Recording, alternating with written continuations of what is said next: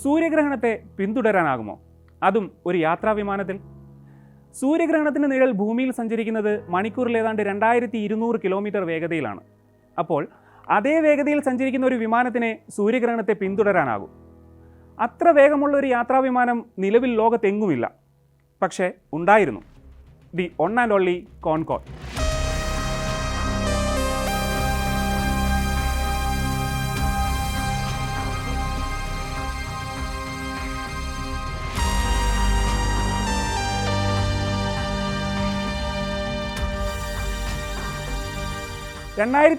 അവസാനമായി പറന്ന UK-യും ഫ്രാൻസും ചേർന്ന് സംയുക്തമായി നിർമ്മിച്ച സൂപ്പർസോണിക് എയർലൈനർ.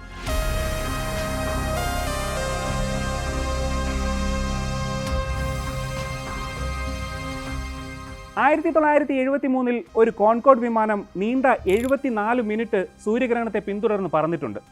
ചരിത്രത്തിലെ ഏറ്റവും ദൈർഘ്യമേറിയ സൂര്യഗ്രഹണങ്ങളിൽ ഒന്നായിരുന്നു 7 മിനിറ്റ് ദൈർഘ്യമുണ്ടായിരുന്ന 1973 സൂര്യഗ്രഹണം. 200 വർഷങ്ങൾക്ക് ശേഷം മാത്രമേ അത്രയും ദൈർഘ്യത്തിൽ പിന്നീട് ഒരു സൂര്യഗ്രഹണം ഉണ്ടാവുകയുള്ളൂ. സൂര്യന്റെ ബാഹ്യാന്തരീക്ഷമായ കൊറോണയെപ്പറ്റി പഠിക്കാൻ ഇത് നല്ല അവസരമാണെന്ന് കണ്ട French astrophysicist Pierre Lena science fiction cinema പോലെ വൈൽഡായിട്ടുള്ള ഒരു പ്ലാൻ ഉണ്ടാക്കുന്നു: സൂര്യഗ്രഹണത്തെ പിന്തുടരുക. ചന്ദ്രൻ സൂര്യനും ഭൂമിക്കും ഇടയിൽ വരുമ്പോൾ സൂര്യൻ ഭാഗികമായോ പൂർണ്ണമായോ മറയപ്പെടുന്ന പ്രതിഭാസമാണല്ലോ സൂര്യഗ്രഹണം.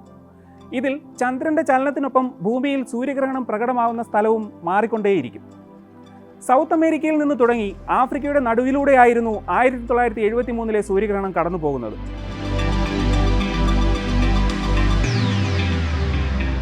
ഭൂമിയിൽ സൂര്യഗ്രഹണത്തിന്റെ നിഴൽ സഞ്ചരിക്കുന്നത് മണിക്കൂറിൽ 2200 കിലോമീറ്റർ വേഗതയിലാണ്. 2200 കിലോമീറ്റർ വേഗതയിൽ സഞ്ചരിക്കുന്ന കുറച്ച് വിമാനങ്ങൾ അന്നുണ്ടായിരുന്നെങ്കിലും പിയർ ലെന അവയുടെ ഒന്നും ക്യാബിൻ സ്പേസിൽ തൃപ്തനായിരുന്നില്ല. തൻ്റെ പരീക്ഷണോപകരണങ്ങൾ വെക്കാൻ തക്ക ക്യാബിൻ സ്പേസ് ഉള്ളതും സൂപ്പർസോണിക് സ്പീഡിൽ പറക്കാൻ കഴിയുന്നതുമായിട്ടുള്ള ഒരു വിമാനം അന്വേഷിക്കുകയാണ് അക്കാലത്ത് പരീക്ഷണ പറക്കലുകൾ നടത്തിക്കൊണ്ടിരുന്ന കോൺകോർഡിൽ ലെനയുടെ ശ്രദ്ധ പതിയുന്നത്.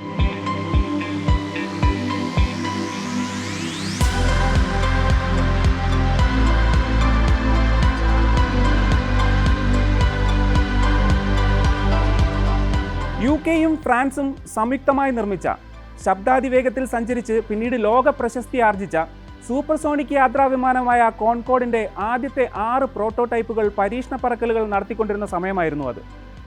60,000 അടി ഉയരത്തിൽ 2170 കിലോമീറ്റർ വേഗത്തിൽ കോൺകോർഡിന് പറക്കാൻ കഴിയും എന്നറിഞ്ഞ പിയർ ലെന അന്നത്തെ കോൺകോർഡ് ടെസ്റ്റ് പൈലറ്റായിരുന്ന ആൻഡ്രെ ടുക്കാട്ടിനോട് തൻ്റെ ആശയം പറഞ്ഞു. ഇതൊരു അപൂർവ അവസരമാണെന്ന് തിരിച്ചറിഞ്ഞ ടുക്കാട്ട് ഫ്രഞ്ച് എയ്റോസ്പേസ് കോർപ്പറേഷന് ഈ പ്രൊജക്റ്റ് ശുപാർശ ചെയ്തു. കോൺകോർഡിന്റെ പ്രോട്ടോടൈപ്പ് 01 വിമാനം പരീക്ഷണത്തിനായി വിട്ടു നൽകിയ ഫ്രഞ്ച് എയ്റോസ്പേസ് പിയർ ലെനയ്ക്ക് പരീക്ഷണങ്ങൾക്കുള്ള സാമ്പത്തിക സഹായവും നൽകാമെന്നേറ്റു. അങ്ങനെ സൂര്യഗ്രഹണത്തെ പിന്തുടർന്ന് നിരീക്ഷിക്കുക എന്ന അപൂർവമായ ഉദ്യമം പ്രാവർത്തികമാക്കാൻ പിയർ ലെനയും ആൻഡ്രെ ടുക്കാട്ടും തയ്യാറെടുക്കാൻ തുടങ്ങി.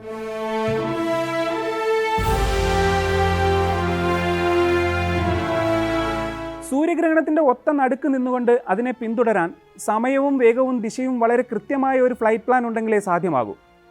സൗത്ത് അമേരിക്കയിൽ നിന്ന് തുടങ്ങി ആഫ്രിക്കയുടെ നടുവിലൂടെയുള്ള സൂര്യഗ്രഹണ പാതയിൽ ആഫ്രിക്കയ്ക്ക് മുകളിൽ വച്ചാണ് കോൺകോർഡിനെ സൂര്യഗ്രഹണ പാതയിൽ എത്തിക്കാൻ ഏറ്റവും അനുകൂലമായ സാഹചര്യമുള്ളത്. പക്ഷേ ആഫ്രിക്കയിലെ റൺവേകളുടെ നീളക്കുറവും ഉയർന്ന താപനിലയും തിരിച്ചടിയായി. ഒടുവിൽ ടുക്കാട്ട് ആഫ്രിക്കയുടെ വടക്കു പടിഞ്ഞാറൻ സൈഡിലുള്ള കാനറി ഐലൻഡിലെ റൺവേ ടേക്ക് ഓഫിനായി തിരഞ്ഞെടുത്തു.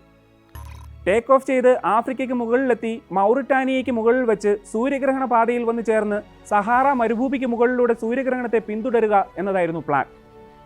സമ്പൂർണ്ണ സൂര്യഗ്രഹണം സംഭവിക്കുന്നത് ഭൂമിയിൽ പതിക്കുന്ന ചന്ദ്രന്റെ നിഴലിൻ്റെ ഒത്ത നടുക്കായിരിക്കും. ഏതാണ്ട് 100 മുതൽ 150 കിലോമീറ്റർ ചുറ്റളവിൽ മാത്രമേ പൂർണ്ണ സൂര്യഗ്രഹണം ഭൂമിയിൽ ദൃശ്യമാകൂ. മൗറിറ്റാനിയയ്ക്ക് മുകളിൽ സൂര്യഗ്രഹണ പാതയിലേക്ക് വന്നു ചേരുമ്പോൾ ഈ 150 കിലോമീറ്റർ ചുറ്റളവിൻ്റെ ലീഡിംഗ് എഡ്ജിൽ വെച്ചായിരിക്കണം കോൺകോർഡ് ഇൻ്റർസെപ്റ്റ് ചെയ്യേണ്ടത്. 15 സെക്കൻഡിൽ കൂടുതൽ താമസിക്കുകയോ ഇൻ്റർസെപ്റ്റ് പൊസിഷൻ 1 കിലോമീറ്ററെങ്കിലും മാറിപ്പോവുകയോ ചെയ്താൽ പിന്നീട് സൂര്യഗ്രഹണത്തെ പിന്തുടരുക അസാധ്യമാകും. പിയർ ലെനയ്ക്കും ടീമിനും ഡാറ്റ ശേഖരിക്കാൻ ലഭിക്കുന്ന സമയം വളരെ കുറവായിരിക്കും. ഇത്രയും ആക്യുറസിയിൽ ഇത്ര വേഗത്തിൽ ഒരു മൂവിംഗ് ഷാഡോ ഇൻ്റർസെപ്റ്റ് ചെയ്യുക എന്നത് വളരെ ചലഞ്ചിങ് ആയിട്ടുള്ള ഒരു ടാസ്ക്കാണ്. ഇവിടെയാണ് ആൻഡ്രെ ടുക്കാട്ടിൻ്റെ അസാധാരണമായ ഫ്ലൈയിങ് സ്കിൽസ് ഈ പ്രൊജക്റ്റിൽ അനിവാര്യമാകുന്നത്. ടുക്കാട്ടിനെ പോലെ കോൺകോർഡിനെ അറിയുന്ന ഒരു പൈലറ്റ് വേറെ ഉണ്ടായിരുന്നില്ല എന്ന് തന്നെ പറയാം. കോൺകോർഡ് പ്രോട്ടോടൈപ്പിൻ്റെ ആദ്യ പരീക്ഷണ പറക്കൽ കോൺകോർഡിൻ്റെ ആദ്യത്തെ സൂപ്പർസോണിക് പറക്കൽ. പിന്നീട് തുടർച്ചയായ പരീക്ഷണ പറക്കലുകൾ ഒക്കെ നടത്തിയത് രണ്ടാം ലോകമഹായുദ്ധ കാലം മുതൽ വിമാനങ്ങൾ പറത്തുന്ന ടുക്കാട്ടായിരുന്നു. സൂര്യഗ്രഹണപാതയുടെ ദിശയും വേഗതയും ഒക്കെ കണക്കുകൂട്ടി പരീക്ഷണ പറക്കലുകൾ നടത്തി ടുക്കാട്ടും ലെനയുടെ ടീമും തയ്യാറെടുത്തു. സൂര്യഗ്രഹണം വിമാനത്തിൻ്റെ നേരെ മുകളിലായിരിക്കുമെന്നതിനാൽ കോൺകോർഡിൻ്റെ റൂഫിൽ പ്രത്യേകം വിൻഡോകൾ തയ്യാറാക്കി. മുഴുവൻ സീറ്റുകളും ഒഴിവാക്കി നിരീക്ഷണ ഉപകരണങ്ങൾ സ്ഥാപിച്ചു. അങ്ങനെ ആഴ്ചകളോളം നീണ്ട മോഡിഫിക്കേഷനുകൾക്കൊടുവിൽ ലോകത്തിലെ ഏറ്റവും വേഗതയേറിയ സൂര്യഗ്രഹണ നിരീക്ഷണ പേടകം തയ്യാറായി.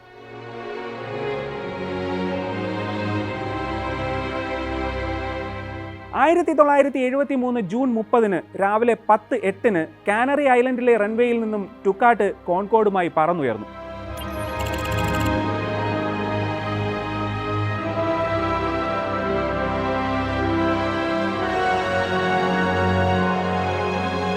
പിയർ ലെനയുടെ ടീമിനൊപ്പം വിവിധ രാജ്യങ്ങളിലെ മറ്റ് 4 ടീമുകൾ കൂടി പരീക്ഷണങ്ങൾ നടത്താനായി കോൺകോർഡിലുണ്ടായിരുന്നു. കാറ്റ് പ്രതികൂലമായാൽ വേഗത കുറഞ്ഞേക്കാമെന്ന കണക്കുകൂട്ടലിൽ നിശ്ചിത സമയത്തേക്കാളും 20 സെക്കൻഡ് മുൻപേ ആയിരുന്നു ടേക്ക് ഓഫ്. ടുക്കാട്ടിൻ്റെ കണക്കുകൂട്ടൽ ശരിയായി. നിശ്ചിത ഉയരത്തിലേക്ക് കയറുന്നതിനിടെ പ്രതികൂല കാലാവസ്ഥ കാരണം 8 സെക്കൻഡ് അവർക്ക് നഷ്ടപ്പെട്ടു. നിശ്ചിത ഉയരത്തിലെത്തിയ ടുക്കാട്ട് അധികമുണ്ടായിരുന്ന 12 സെക്കൻഡ് അഡ്ജസ്റ്റ് ചെയ്യാനായി ചെറിയ എയർ ബ്രേക്കുകൾ പ്രവർത്തിപ്പിച്ചു. പക്ഷേ ഇന്റർസെപ്ഷൻ പോയിന്റിൽ എത്തിച്ചേരാൻ മിനിറ്റുകൾ ബാക്കിയുള്ളപ്പോൾ കാറ്റിൻ്റെ ദിശയിലുണ്ടായ വ്യതിയാനം അവരെ നിശ്ചിത സമയത്തിൽ നിന്ന് 4 സെക്കൻഡ് പിറകിലാക്കി. പിന്നീടുള്ള ദൂരം കോൺകോർഡിനെ അതിൻ്റെ പരമാവധി വേഗത്തിനുമപ്പുറം 2.2 മാക് അഥവാ മണിക്കൂറിൽ 2716 കിലോമീറ്റർ വേഗതയിൽ പറത്തിയ ടുക്കാട്ട് ഇന്റർസെപ്ഷൻ പോയിന്റിൽ നിശ്ചിത സമയത്തിൽ നിന്നും 1 സെക്കൻഡ് മാത്രം വൈകി എത്തിച്ചേർന്നു.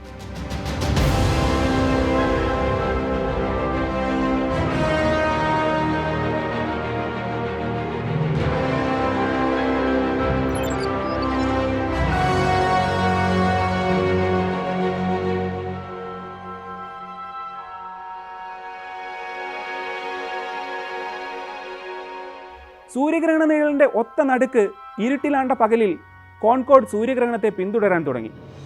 സമയമൊട്ടും കളയാതെ ശാസ്ത്രജ്ഞർ അവരുടെ ജോലിയിലേർപ്പെട്ടു.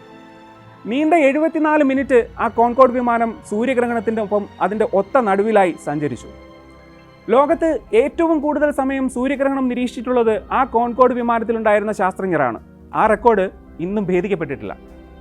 ഭൂമിയിൽ 7 മിനിറ്റ് മാത്രം ദൃശ്യമായിരുന്ന സൂര്യഗ്രഹണത്തെ 74 മിനിറ്റ് പിന്തുടർന്ന ടുക്കാട്ട് ഒടുവിൽ ആഫ്രിക്കയിലെ ഝാഡ് എയർപോർട്ടിൽ ലാൻഡ് ചെയ്തു.